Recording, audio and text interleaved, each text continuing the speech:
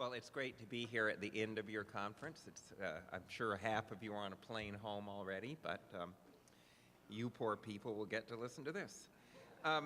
So I want to start with the context, and it's a context that we kind of ignore as we go about business as usual, and that is that we are on the brink of disaster.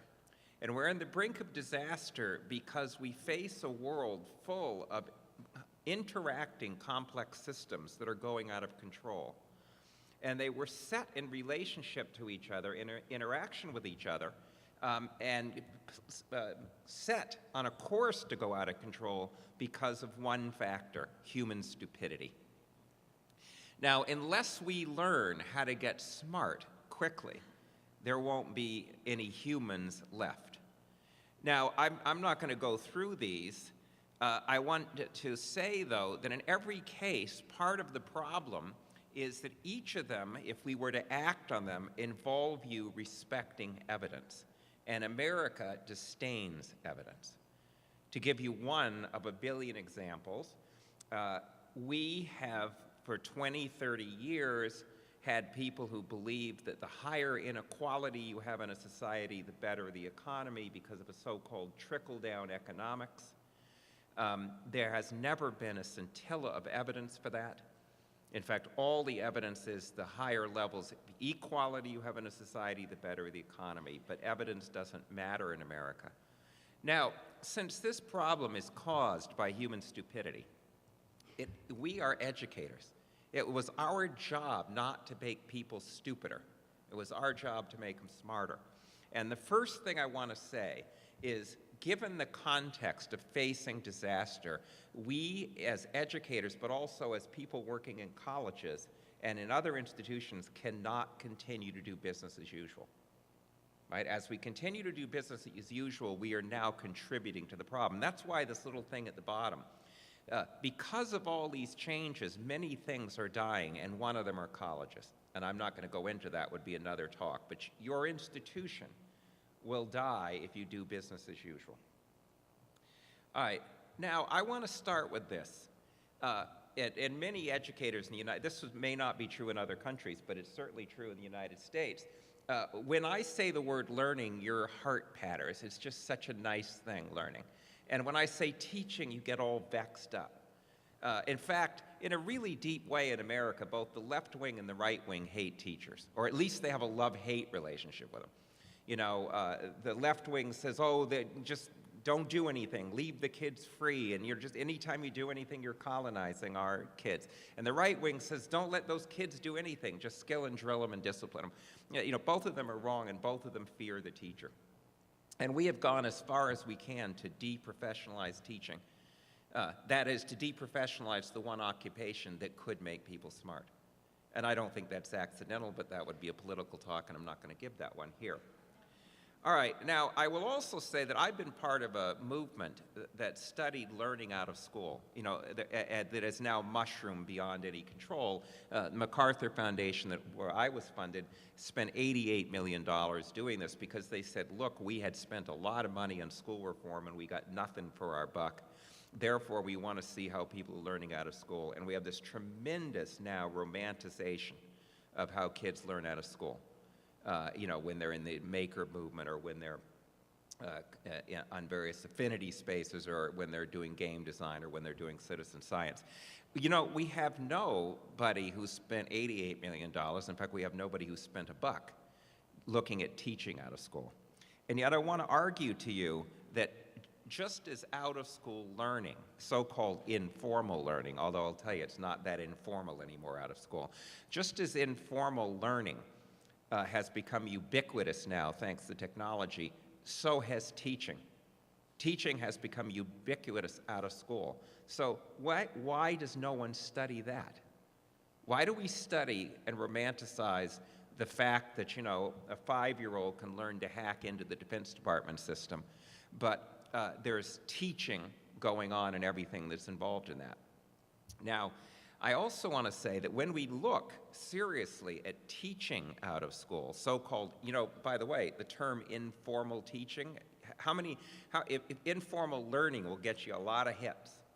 Informal teaching will get you nothing, but what I'm going to be showing you is the modern informal teaching, which, by the way, isn't all that informal anymore. And then we can wonder, why does nobody study this? See, I will tell you that out of school now, in the teaching we're going to look at, teaching has become about designing learning systems. Teachers are designers like game designers are designers. They design systems in which people learn. And therefore, they are design professionals. All right, now it's going to be a little route to get there, because what I want to talk about is what would teaching for an imperiled world look like? And how can we begin to think of ourselves as designers of learning systems, of teaching and learning systems, what I'm later going to call distributed systems, rather than business as usual? And to try to get at what real teaching is like, we need to know, first of all, what human memory is like. Because human, in the sense in which a computer has memory, and in the sense in which we often talk about memory as storage of the past, humans have not got memory. This is not a capacity we have. When you store something on a computer and then call it up and use it, you don't change it. It's still on the computer. It is a good veridical storage. But when humans use a memory of what an experience they've had, every time they use it, they change it. Therefore, that's why courtroom eyewitness testimony is miserable. We do not have memory. Therefore, we ought to ask, what capacity have we got? And the reason we don't have memory, and the reason we keep changing it, which would be stupid for a computer, is that for the most part for human beings, long-term memory is where you store the experiences you've had in the world. And you use it to project into the future, not the past. For human beings, memory is future-oriented because you have experiences, you store them in your head, and then you use them to get ready for action in the future. Right? You say, okay, I've got to do something, I've got to solve a problem, let me call up some of the stuff I've experienced, see if I can make some good guesses, see if I can simulate in my mind what might happen if I do this, what might happen if I do that, because you don't want to act immediately because it could be dangerous. And think about it, in evolutionary terms, any memory system that got the past wrong but the future right, made good predictions about how to act, would go on for survival, right? If you're getting the future right, you're going to survive. And that's why human memory as a record of the past is so miserable, because we've gotten so good at using it to get ready for action in the future. All right, now later I will tell you, because this is now beginning the theme that we learn by experience, I will tell you that we learn by experience better when the experiences have certain properties that we're in, right? Because remember, the key thing is when you're experiencing something, you want to get it into your head as a memory and have it stored in your head in a way that makes it good for future action, good for predicting what will happen, good for making hypotheses about how to act. You want it in there, projected towards the future. All right. Now, we all, by the way, the old theory of mind that human beings had minds that were like digital computers is completely wrong, because, human memory long-term memory is nearly infinite. You have to buy extra memory for a computer. No human has ever had to buy extra memory, right? No one has found the limit of how much we can store in experience. So humans learn from experience. They put the experience, every one they've had, as long as we'll see they cared about it, they put it into their head, and then they get ready, they use that for the future. So instead of saying humans learn from experience, we should say past experience is used for future learning. So it's not just that you're learning in this experience, you are actually having this experience in large part to be prepared for future learning and new experiences. And as I said, but not any old experience will do, and we'll get to that eventually.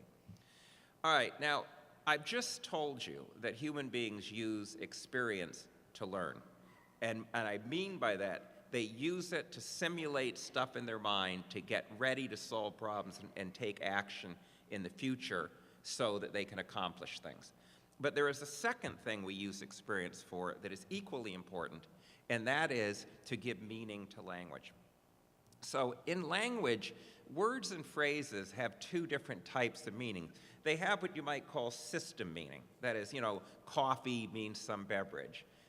Democracy means voting. Oligarchy means rule by the rich. I mean, these very general, almost definition-like things is language as a system. That will get you nowhere, though, when you're actually speaking.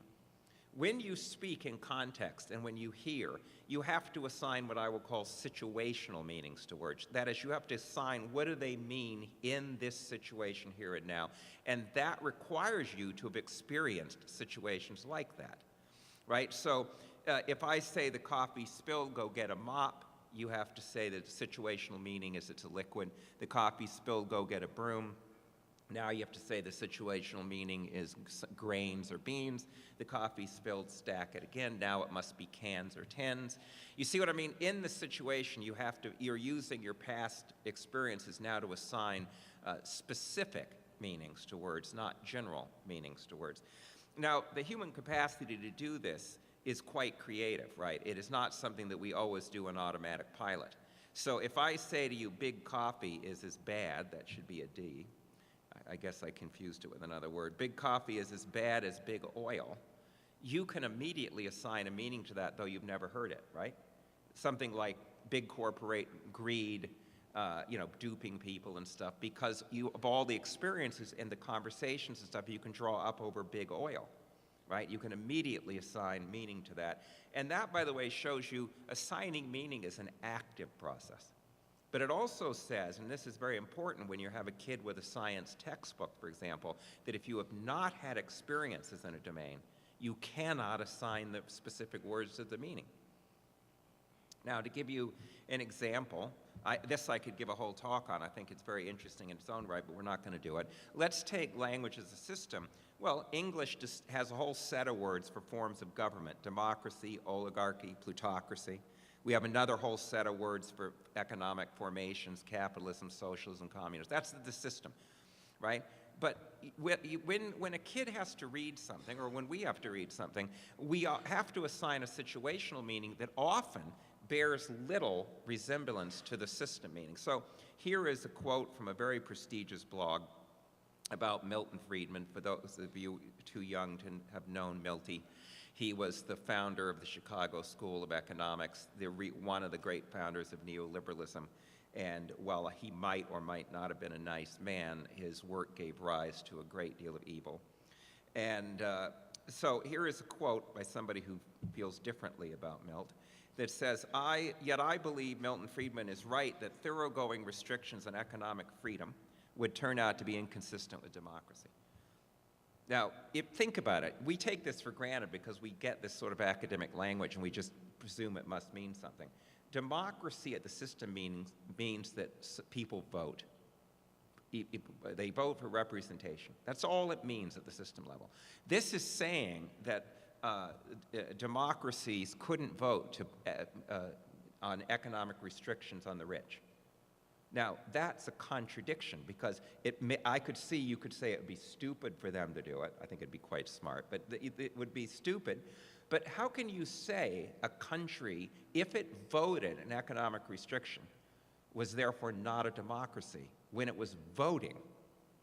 See, why don't you say this is a contradiction unless you can situate what the word democracy means here. And you cannot situate this meaning unless you have read Milton Friedman, and you know the Chicago School, and then you know the Brazil School that it gave rise to, and you know what it did in South America, and you know the debates over it. Then, when you know all that stuff, you can now give a situated meaning just as you did to coffee. Now, for those of you who can't give the proper situated meaning to this, but you'll say, well, I had no trouble with the coffee. That's because you've experienced coffee. You can't do this because you have not experienced the texts, the discussions, and the controversies over the Chicago School, though I will tell you, you have experienced their evil through much of your life. Right. Now, that tells you already, any education that gives this type of text to kids without the experiences of the text and the discussion in the world is immoral. Now, this, if you don't believe this, that it is stupid to give people text with no experience, right? Because then they have no way to assign situational meanings to the text, no way to use the text for future learning, because they have no experience. All you need to do is, and you can test this any way you want. I learned it when I was starting to play video games 11 years ago. I was in my 50s. And when I played the first game, I was blown away about how hard it was and how bad it was the first time I had been truly bad at something for decades. Because, of course, like all us old people, I never did anything that I might be bad at, right? I just did what I was well practiced at. But like every baby boomer, but unlike any kid, when I was going to play this game, Deus Ex, I read the manual before I played the game, because I figured that's how you learn, right? And now I had no experience in video games, so I got to experience what is it like to be given a text with no experience. Well, I remember reading this text and getting here. It's all, you know, it's a 20-page little booklet with 199 bolded headings with technical definitions cross-referenced to each other. So first of all, it is boring as shit. But by page 5, I could not recall what was on page 1. Furthermore, I put this up here because this is where I gave up. I said to myself, this is really amazing because I'm an English speaker. I know what every one of those words means, not what at the system level. But I could not, for the life of me, figure out what this meant or what in the hell I would do with it. Right? And I just remember thinking, this is the least lucid writing I've ever seen. I just don't get it. How can I play a game I can't even read about? What I should have said is, how can I read a text that I haven't played about? And then I went and played the game, played it horribly. At the time, I looked much younger. I had a full head of hair. I was a happy person. I'm in the home. I have no addiction to gambling, and so it's so easy to look down on the gamblers. But I have about 4 other addictions, and it dawned on me as I was coming through the casino, looking down on the gamblers, how comfortable we are with our own addictions. The only ones we can really see as bad are other people's. Although this got me over my addiction to texts, I must say. So the thing is, I played this game, played it badly, and then I remember having this experience of picking this back up, and I couldn't recover what was hard about it. It was completely lucid. And it wasn't bad, right? Completely lucid. Why? Because now I could assign an image, an action, a goal, dialogue, experience, to every word. I could situate their meanings. Furthermore, notice now I could use the text for my own purposes. I'm not going to read it cover to cover. I'm going to say, I want to check up on that screen, right? Now it becomes something I can use, project for learning to the future. My argument is just as true of this. They're exactly the same. There's a game here. Physics, geology, by the way, do not name bodies of facts. They name activities people do to generate those facts and then to use them in more activities. So if you have not played the game, which is geology, that has done their activities, accomplished their goals, you cannot read this text. And you think it's hard, and you think it's boring.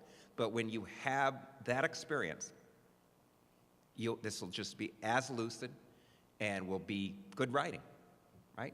This is why, by the way, when you say to scientists, oh, this physics is hard, they say, no, it isn't. Because it isn't hard. It's no harder than that game manual if you played the game. Now, so the moral of the story is what we do in schools is we give people a bunch of manuals, textbooks, for games they never get to play, and then wonder why we get a bell curve.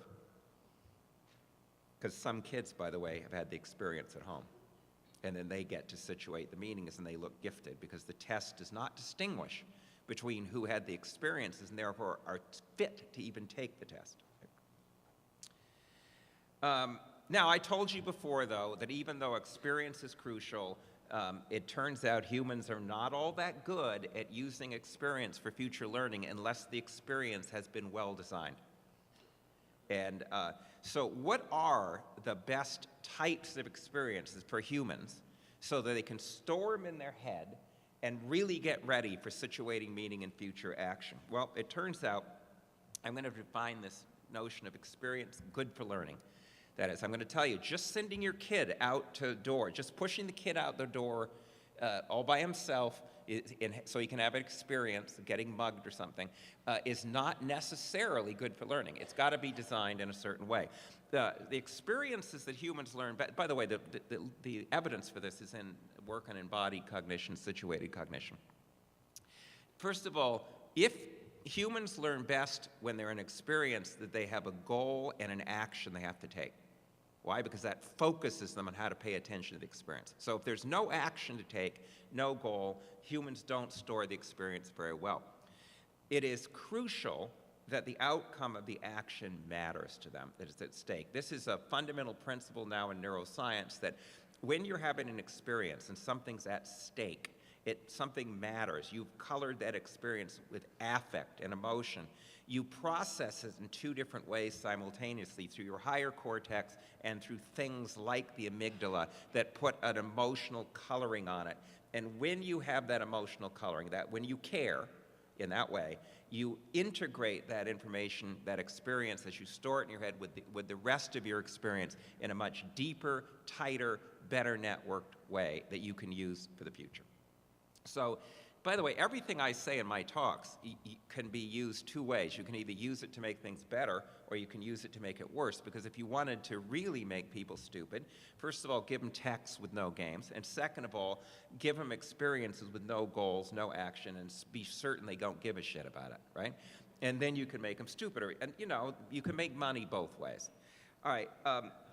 Now, one of the ways to put this differently, because now this gets down to designing a curriculum, is if you want to create that sort of experience is good for learning, what you're really going to do is you're going to create what I call the probe circuit. It's what's been called the cycle of reflective action. Donald Schoen, the guy in Reflective Practitioners, has talked about this, so have a lot of other people. In this circuit, which is the circuit where humans think best, it is the circuit where they learn best. It's how we create experiences good for learning. You have to have a goal, and then you have to simulate in your mind you have to get ready for action. You don't act immediately, because therefore the goal has to be something that's not trivial. And you say, okay, what if I did this? What if I did that? What'll happen? Like, you know, what happens if in the toast I insult the bride? Okay, you know, oh, no, I'm not going to do that. You know, you get ready for action. You have to care, but then you act. You make a hypothesis, you act, and then the crucial thing, this is the most crucial thing, when you act, you must sit and say, what did the world say back? Was that a good result? Oh, maybe I should keep going. Was that a bad result? Maybe I should do something different. Was it a disastrous result? Maybe I should rethink my goal. Or was it indifferent? You have to appreciate or assess the action. And then, based on that assessment, you probe again. See, I say this because this is a conversation with the world that says, if you don't pay attention to the world and appreciate its response, it'll bite you. And this is what was happening in America. We have a society that does not listen to the world's response, and we're getting bitten and bitten and bitten, right? Now, the thing is, if you have to appreciate, if you're trying to garden, or you're trying to do an experiment in science, or you're trying to do anything, where does your appreciative capacity come from? Where did you get the value system that said that's a good result, that's a bad result, that's an indifferent result? Well, obviously, you didn't invent it. You got it from the social groups and the teachers you had. What we are doing when we teach anything is we are telling the person how to appreciate the responses from the world, how to assess them. We are giving them taste, good taste in science, good taste in literature, good taste in gardening, good taste in government. We're saying, what's a goal worth accomplishing? What are the experiences you need to be able to make good hypotheses of how to proceed? But how do you appreciate the response from the world so that you proceed to make things better and not worse? All right.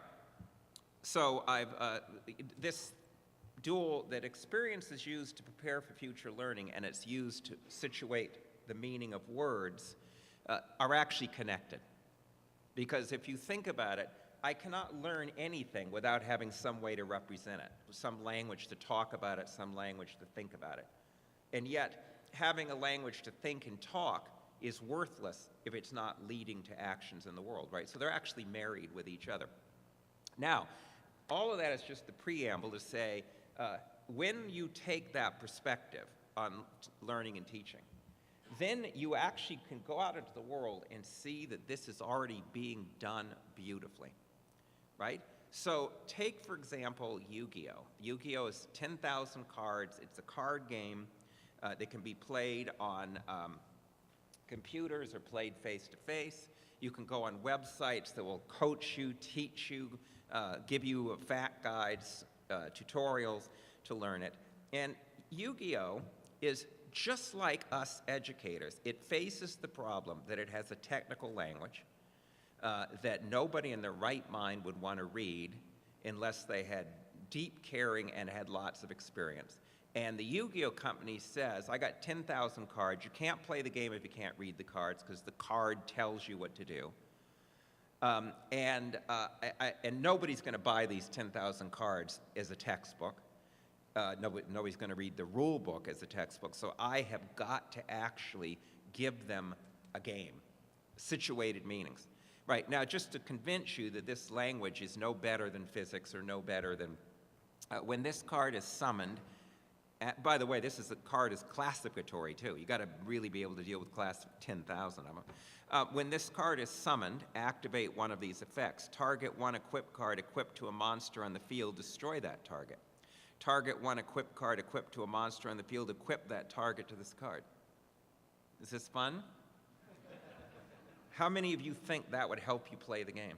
That you would know what to do when you have to, that's telling you what to do when the cards are all laid out in a very specific way. Now, people, there are textbooks here because people sometimes argue over almost in a Talmudic way, over what these are 7-year-olds, over what the rules mean. And so then they go to the official rule book and they read stuff like this. In order to summon a psycho monster, you need one tuner. Look for the tuner next to its type. The tuner monster and other face-up monsters you use for the psycho summon are called psycho material monsters. The sum of their levels is the level of psycho monster you can summon.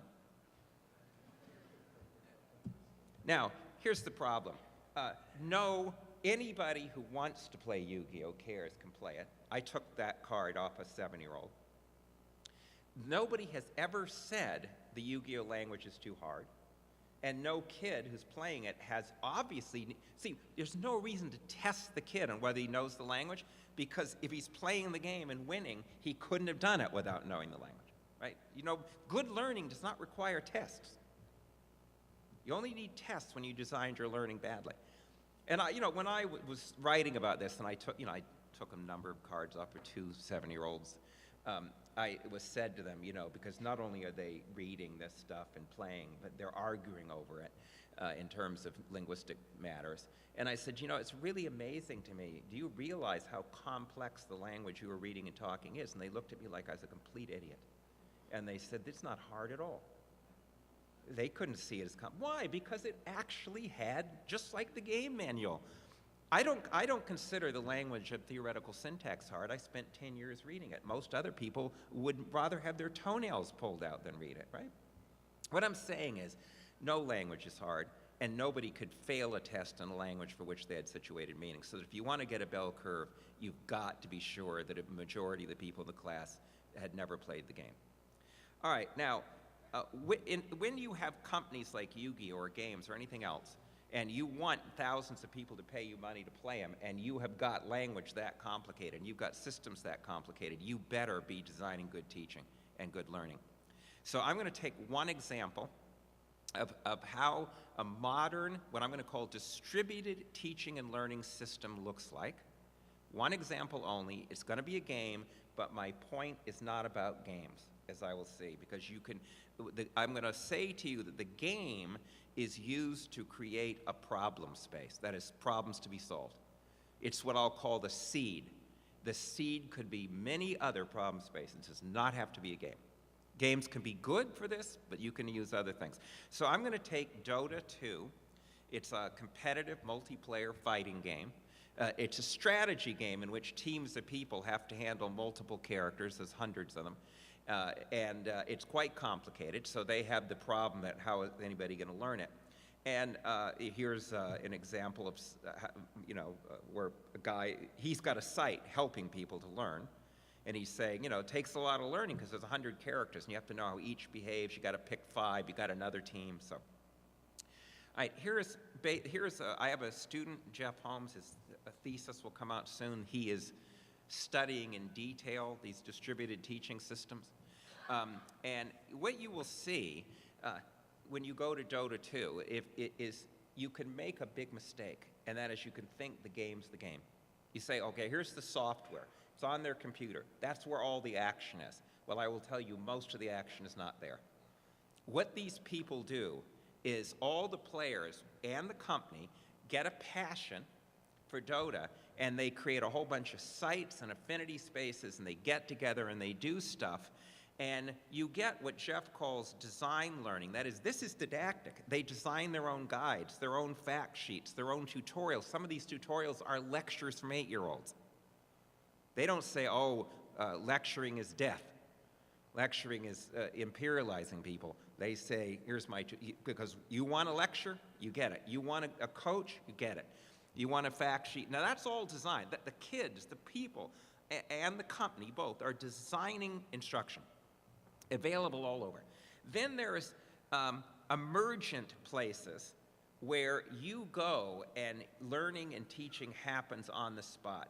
So there's a site where you can just spectate on other people's games to see what's going on, and in some cases they can be annotated, right? You can go to sites that give you builds for your heroes, and then you can look how to do it. Twitch TV allows you to watch other people's games with commentary that tells you why they're doing what they're doing. There's forums in which you can ask any question, and anybody who knows the answer then becomes the teacher. And then, of course, there's theory crafting, where groups of people to get together and try to understand the underlying statistics of the game so they can modify it and make stuff for the game. And then he's another set of things called that he calls design for emergent teaching. That is the coaching mode, where you can go on a site and get a coach, and the coach will come into the game. This is another player, higher level than you, who comes in and directly coaches you while you're in there, right? Now, this is just a tiny, Yu-Gi-Oh has this. All of these things have this, a proliferation of things that people are building instructional tools, people are going to sites where they can get emergent teaching and learning, or they are actually going on places where they can design their own teacher, get a coach, tell them what you want, do that. It's the whole full gamut. So this is a distributed teaching and learning system because teaching is all over it, and of all different kinds. And it's bottom up as much as top down. Sometimes you're the teacher, sometimes you're the learner. Some people, like the game designers, are in some sense always teachers, but they're designing not just to teach themselves, but to get the learners to teach, to make. It's a distributed system. It's not in a classroom. It's not only in. By the way, people are face to face as well. They can go face to face and also in competition and anything else. It's a distributed system. So what I want to argue is we've had all this controversy about how do we transform colleges and schools when we still think within the box of either a classroom or insipid e-learning where we turn our lectures into e-learning, when in fact out there in the world, the people with passions for problem solving in various domains are thinking of teaching as designing and resourcing a distributed teaching and learning system. The Dota people think of themselves as, how am I designing a system that both top down and bottom up through multiple places and opportunities customized to some choices that you make, you will be able to get an emergent system of people teaching and learning each other. Right? And these systems give rise to not only powerful knowledge, but also a tremendous amount of modding, making, and designing by the participants. All right, so the game is just the seed. The seed just has to be a well-designed problem space, right? That is where this probe cycle is triggered, right? It could be on media, it could be in a classroom, it could be in a field. It has to be well-designed, though. You're the teacher. You've got to design a good problem space. There can be other seeds, but there needs to be a seed. There needs to be goals, actions, and caring. All right, so here are some of the ways in which these distributed systems teach. Right? They use facts as tools for problem solving. They don't use them as the content. They give information just in time and on demand. They lower the risk of failure. They sequence the problems well. They don't just, this is called level design. They manage attention so that you don't get overwhelmed. They assess growth. They don't tell you how. They don't say you got an F on Tuesday, it's all over. They look at how you're growing on multiple variables across time. They encourage you to think of the thing as a complicated system. They distribute teaching and learning. As I've said, they encourage making and modding and designing even on the part of the learners, and they create collective intelligence. They do ways that people collaborate so they can be smarter than the smartest person in the group, not that they can be, like a committee, stupider than the stupidest person in the group. All right, so I think you've got the point. Let me say that, finish with this example, because here is a thing called Fold It. And, this is made by a group of scientists who are in protein folding. And protein science is very crucial because everything in your body is done by proteins, good and bad. They can kill you or they can help you, but they do it all. And the trouble with proteins is they're just made of chemicals, and it's not too hard to know what chemicals are in them, even though there could be hundreds. The trouble is that for each protein, the chemicals fold into a 3D, almost origami type of shape. And when you've got several hundred or thousand chemicals in a protein, there are billions of shapes it could have folded into. But if you want to know its effect and how to manipulate it, you've got to find the shape it actually folds into, which is its lowest energy state. So the way this science is conducted is through supercomputers who try to just churn through, millions and hope to get the right one. So they had the idea, could we put everyday people, that is not scientists, together in some way that the human pattern recognition could compete with the computer? And so you get this game Fold It that has a nice little graphic representation of how to fold these proteins. And every time you try a fold, if it's the low energy state for that site, it'll turn blue, and you try to see if you can find a pattern to go through and get the thing into that state. And what happens when you put this up is they distribute a teaching and learning system just like you saw. They go on sites and they start teaching each other some chemistry. They form guilds, they write tutorials, they get a forum.